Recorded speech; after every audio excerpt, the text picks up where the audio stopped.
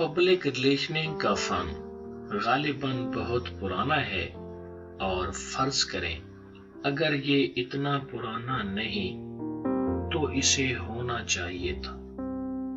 اگر یہ فن پرانے زمانے میں بھی اتنا ہی مقبول ہوتا جتنا ان دنوں ہے تو لوگ بہت سی قباحتوں سے بچ جاتے۔ مثلا سکندر اور پورس میں لڑائی کی نوبت ہی نہ آتی، بلکہ اس کی جگہ یوں ہوتا کہ ان دونوں سرماؤں کے پبلک ریلیشنز آفیسر اپنی اپنی کارروائیوں کا آغاز کرتے، پھر ان میں سے جو بول بچن کا زیادہ ماہر ہوتا وہ اپنے باس کو وکٹری اسٹینڈ پر کھڑا کر دیتا، اور اس کے سلے میں پبلک ریلیشن آفیسر کو بھی 2-4 انکریمنٹس اکٹھی مل جاتی اور خلق خدا بھی چین کی بانسری بجاتی۔ اس سلسلے میں ایسٹ انڈیا کمپنی والے خاصے زیرک نکلے۔ انہوں نے تاجروں کے روپ میں اپنے پبلک ریلیشن آفیسر انڈیا بھیجے۔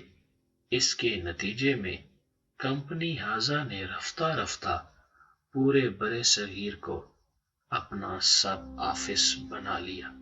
اس شعبے کی افادیت صرف یہیں تک محدود نہیں، بلکہ سچ پوچھیں تو اس کے گن جلیبی کے چکروں سے بھی زیادہ ہیں۔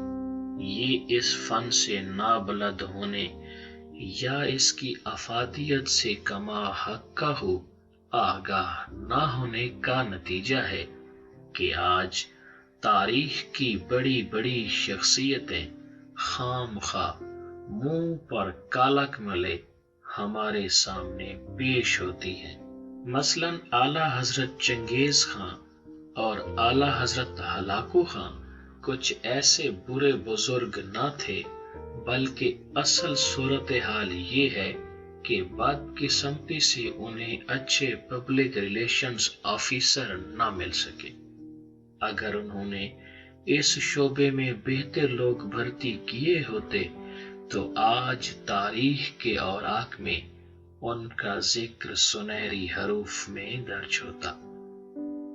اس کام کے لیے ان بزرگوں کو صرف اس شعبے کی گرانٹ میں اضافہ کرنا ہوتا جس کے نتیجے میں ماہرین تعلقات عامہ کا کام آسان ہو جاتا۔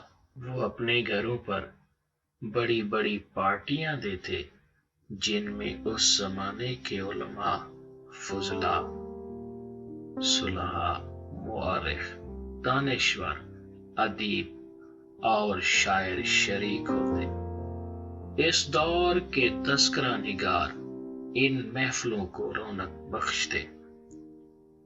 مورخ قسم کے سیاحوں کی خصوصی طور پر آؤ بھگت کی جاتی، انہیں تحفے، تحائف اور نذرانے پیش کیے جاتے، اور ان طبقوں سے امتیازی سلوک برتا جاتا تو آج صورتحال مختلف ہوتی، اور اس امر کا قوی امکان موجود ہے کہ اس قسم کی آرا درج ہوتی کہ اعلیٰ حضرت چنگیز خان یا اعلیٰ حضرت ہلاکو خان بہت ریا پرور تھے، رحم دلی میں ان کا کوئی ثانی نہیں تھا، بہت علم دوست اور ارباب فن کی بہت قدر فرماتے تھے۔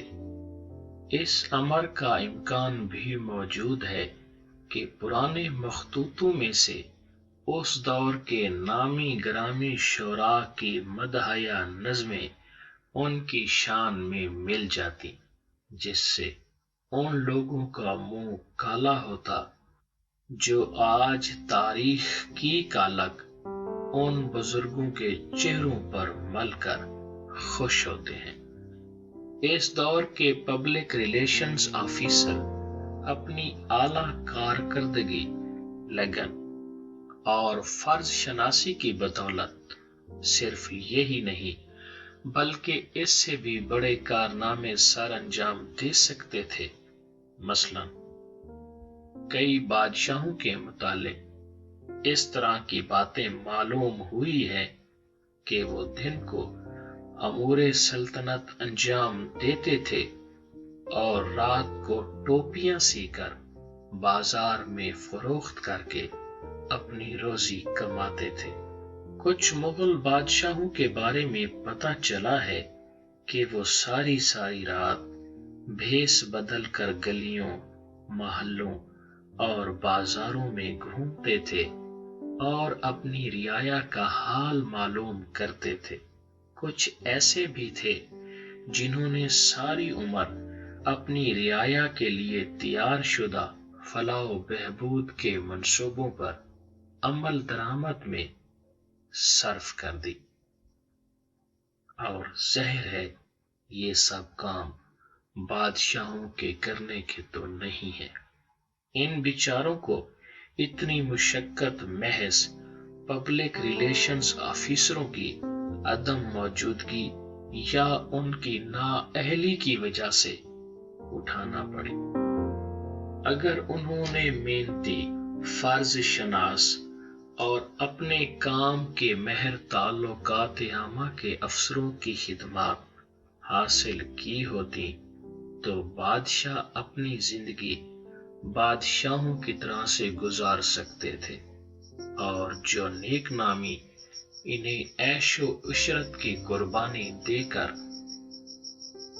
رعایا کی فلاح و بہبود کے لیے دن رات محنت کرنے کے نتیجے میں ملی، وہ اچھے تعلقات عامہ کے افسروں کی کوششوں کے نتیجے میں اس کے بغیر بھی حاصل ہو سکتی تھی۔ ماضی میں کچھ اس طرح کی غلطیاں ہمارے بعض ادیبوں، شاعروں سے بھی سرزد ہوئی، جن کا خمیازہ وہ آج تک بھگت رہے ہیں۔ مثلاً اپنے میر درد تصوف میں پڑے رہے، اللہ سے محبت کی، اس کے بندوں سے محبت کی، مگر ان اللہ کے بندوں سے محبت نہیں کی جو ڈھول گلے میں ڈال کر گلی گلی، کوچے کوچے ان کی عظمت کی منادی کرتے، یا ان لوگوں کے آستانے پر حاضری نہیں دی جو بڑے ادب پرور تھے اور جو ادیب کو اپنی چوکھٹ پر دیکھ کر ازراہ لطف و کرم اپنے پاؤں ان کی طرف بڑھا دیتے تھے تاکہ وہ قدم بوسی کی سعادت حاصل کر سکیں۔ اسی طرح غالب کے مقابلے میں ذوق کی پبلک ریلیشننگ کا سیل بہت مضبوط تھا، چنانچہ وہ اپنے عہد کے ملک الشعراء کہلائے۔ یہ تو بعد میں ذوق کے پبلک ریلیشن آفیسر ڈھیلے نکلے، ورنہ آج بھی ذوق کا رتبہ غالب سے بلند ہوتا۔ لیکن جیسا میں نے شروع میں عرض کیا، ماضی میں اس فن کی افادیت کا صحیح طور پر اندازہ نہ کیا جا سکا، جس کے نتیجے میں آج تاریخ کے صفحات میں بہت سے سرکار بدلے بدلے نظر آتے ہیں۔ تاہم آج کی صورتحال ماضی سے قطعی طور پر مختلف ہے۔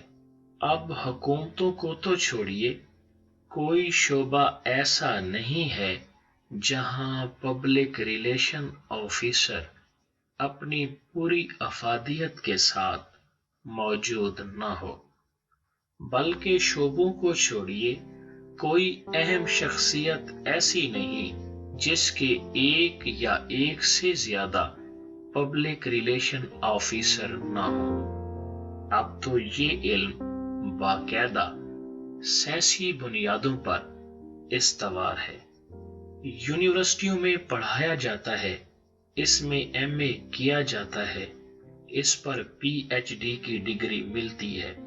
صرف یہی نہیں بلکہ تمام علوم و فنون اس کے سامنے ماند پڑ گئے ہیں، اور اب پوری دنیا کی سیاست، معاشیات، معاشرت، ادب اور ثقافت اس محور کے گرد گھومتے ہیں۔ خصوصاً سپر پاورز کا تو سارا کاروبار ہی ان پبلک ریلیشن آفیسرز کے دم قدم سے ہے۔ ان ماہرین نے اپنے فریض منصبی کی بجا آوری کے دوران دنیا کی ڈکشنریوں میں بہت خوبصورت لفظ بھی کوائن کیے ہیں۔ مثلا لوٹ مار کا مال مل کر کھانے کو کوئی اچھا سا نام دے دیا ہے۔ جغرافیائی توسیع کے لیے بھی خوبصورت لفظ موجود ہے۔ ان کی لغات میں ویٹو کا مطلب امن عالم کو برقرار رکھنا ہے۔ ان بڑی طاقتوں کے ان ماہرین نے بہت اعلیٰ درجے کے غازے بھی تیار کیے ہیں جن سے ان کے بوسیدہ چہروں کی جھریاں اور ان منہدم ہونے والی عمارتوں کی دراڑیں نظر نہیں آتی۔ جیسا کہ میں نے شروع میں عرض کیا تھا کہ اگر چنگیز خان اور ہلاکو خان نے بھی تعلقات عامہ کے ماہرین کی خدمات حاصل کی ہوتی تو آج ان کے چہرے بھیانک نظر نہ آتے۔ ان بزرگوں کو آج کے دور میں پیدا ہونا چاہیے تھا، اور یہ سب کچھ دیکھ کر مجھے تو یقین ہو گیا کہ انسان کو واقعی وقت سے پہلے نہیں پیدا ہونا چاہیے، بلکہ تب پیدا ہونا چاہیے جب اس کے پیدا ہونے کا وقت ہو۔